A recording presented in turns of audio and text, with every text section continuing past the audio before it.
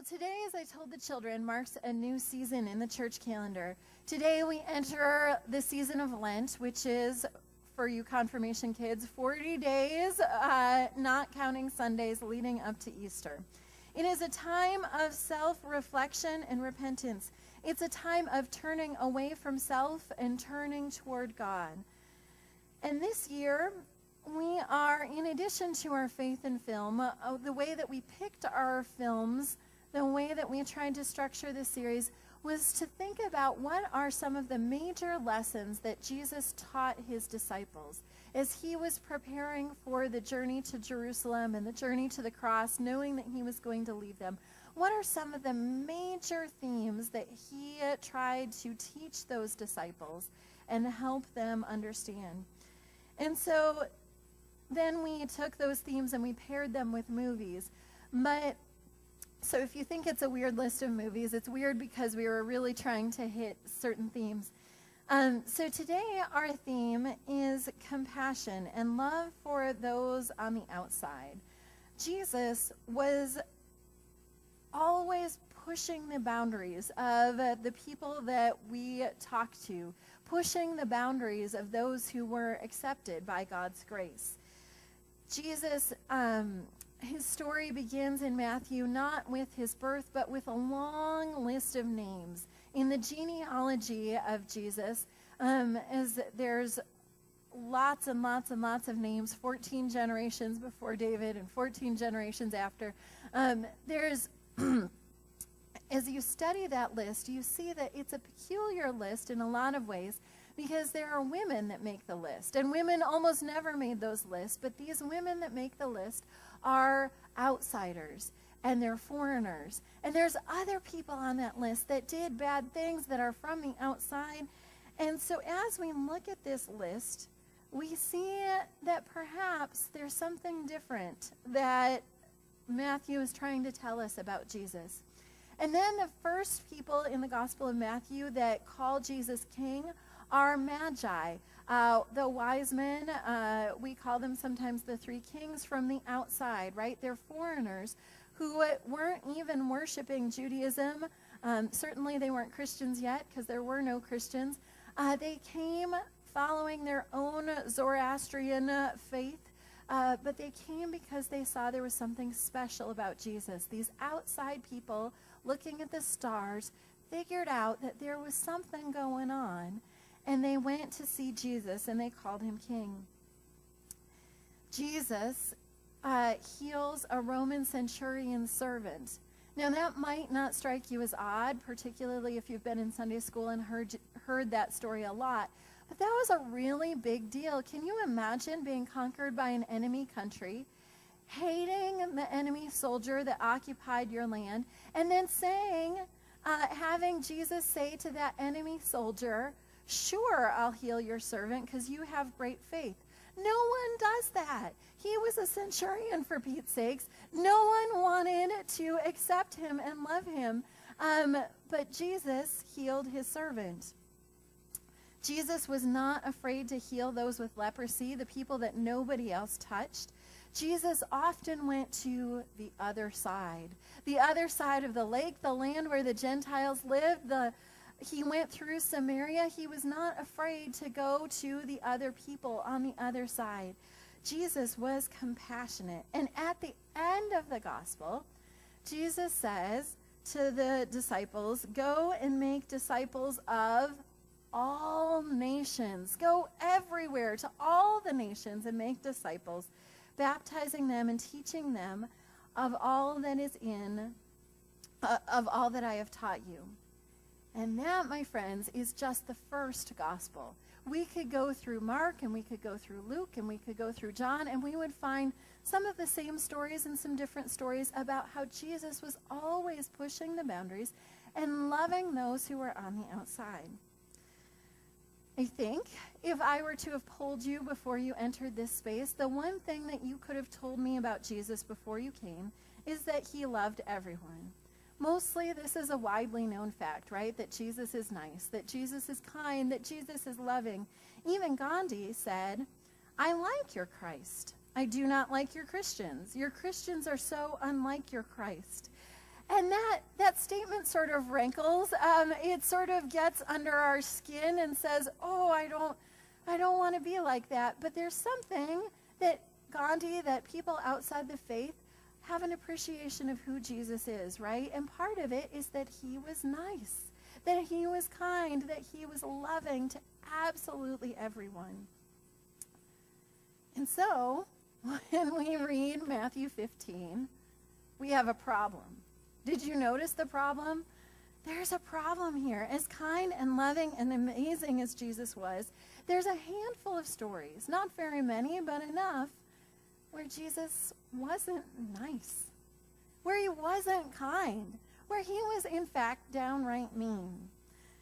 And if you were, wearing your WWJD bracelet on the day when Jesus took his tour through Tyre and Sidon, you would have wanted to take it off, I believe, when he met this poor Canaanite woman who is begging for her daughter's salvation and her daughter's healing.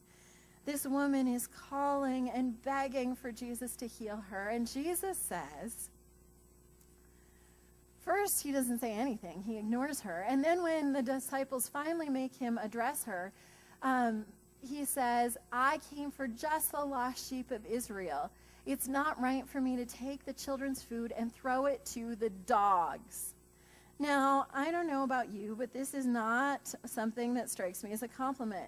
And Jesus was not saying this as a dog lover, like, oh, I love my dogs, and you're such a cute, sweet little puppy. Of course, it's not right for me to throw you the food. No, he was saying this as a mangy scoundrel, a rabid dog. This is not a complimentary thing that he calls her. And as we read this, we have to struggle. What do we do with this story? This story that is so hard to interpret. What happened to our kind and loving Jesus? What in the world is he trying to teach his disciples here? Why didn't he act more like, Jesus? Why didn't he do things that were kind? And I don't have perfect answers for you, but one thing I think that is important to notice is that in this story, Jesus begins by treating this woman exactly as the Pharisees and probably the disciples expected him to act. In their Sunday school classes, they didn't learn that Jesus was kind to everybody. They learned that you should keep the faith pure. And while there are stories about how to love the foreigner and love the outsider, there are also stories and rules, a lot of cultural rules that developed about how you should avoid the stranger and how you should not speak to those on the outside. And so when Jesus refuses her, he's following the cultural norms. He's doing what everyone else would have expected him to do. And even when the disciples say, you need to do something about this woman, they say, send her away. They're not saying you need to heal her. They're saying, or heal her daughter. They're saying, send her away.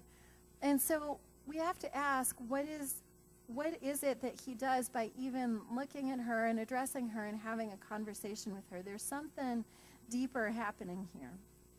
And when this woman, this shrewd and persistent woman, makes her case and pleads for mercy, she makes a case that cannot be denied even by the most hardened heart.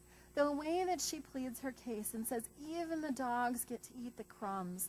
I'm not asking for the whole meal. I'm not asking for everything. I just want a crumb. My daughter's sick. Please just give me a crumb. And Jesus praises her faith and heals her daughter.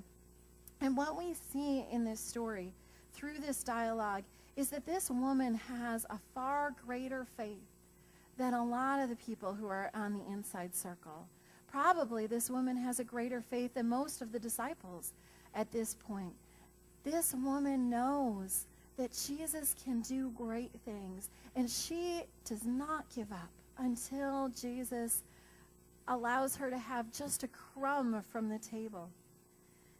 This story reveals her deep and amazing faith. And while we still have questions, I still have so many questions about this story, there's something here about the way that this dialogue reveals the depth and the truth of her faith.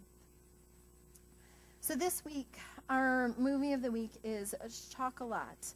And in it, an outsider comes to this tiny little French village and gives grace where it was unexpected. It starts at the beginning of Lent, and this whole village is gray, and she and her daughter walk in wearing red. And they open up a chocolate shop, scandalously open up a chocolate shop in the middle of Lent. And the villagers in this village have been taught, you follow the rules, you keep your head down, and you don't make trouble. The villagers ignore the domestic abuse that they know is happening. They ignore the Levitical laws to welcome the stranger and welcome the outsider. They are overflowing with grouchiness because they've forgotten what mercy and grace and even joy look like. As Vienne, the chocolate shop owner, comes into town, she begins to bring not only chocolate, but grace and kindness. When a woman steals from her, she tells this woman, oh no, it's just a present. It's for you. You can keep it. When she discovers the problem of domestic abuse, she does something to stop it. When the lonely, the oppressed, and the forgotten come to her shop, she offers them chocolate and friendship and understanding and grace. This movie is a bit challenging because the Christians don't act much like Christians, and the outsiders, Vienne, who never actually becomes a Christian, acts far more like Christians than anybody else in the movie. She, like the Canaanite woman, never abandons her heritage, but in her differentness, in her boldness, we see what mercy and grace really look like. And as I reflected on all of this, I realized that sometimes we have to step outside of our traditions and our beliefs in order to see and understand who we truly are.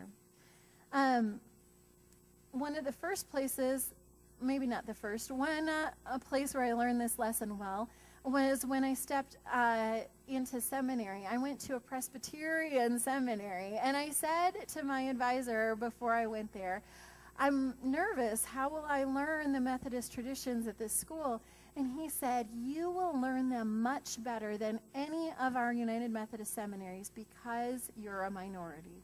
He said, because you are different, and we were like 40% of the student body, so it's not like we were a huge minority, but we were a minority. And he said, because you're a minority, you're going to learn who you are and why you're different much better than students at a school where you would be the majority. And I've learned that over and over again as I've been on various travels and mission trips, that when you're the minority, you learn a lot more than when you're in the majority. And you learn about who you are and why you're the way you are. You learn about what you believe.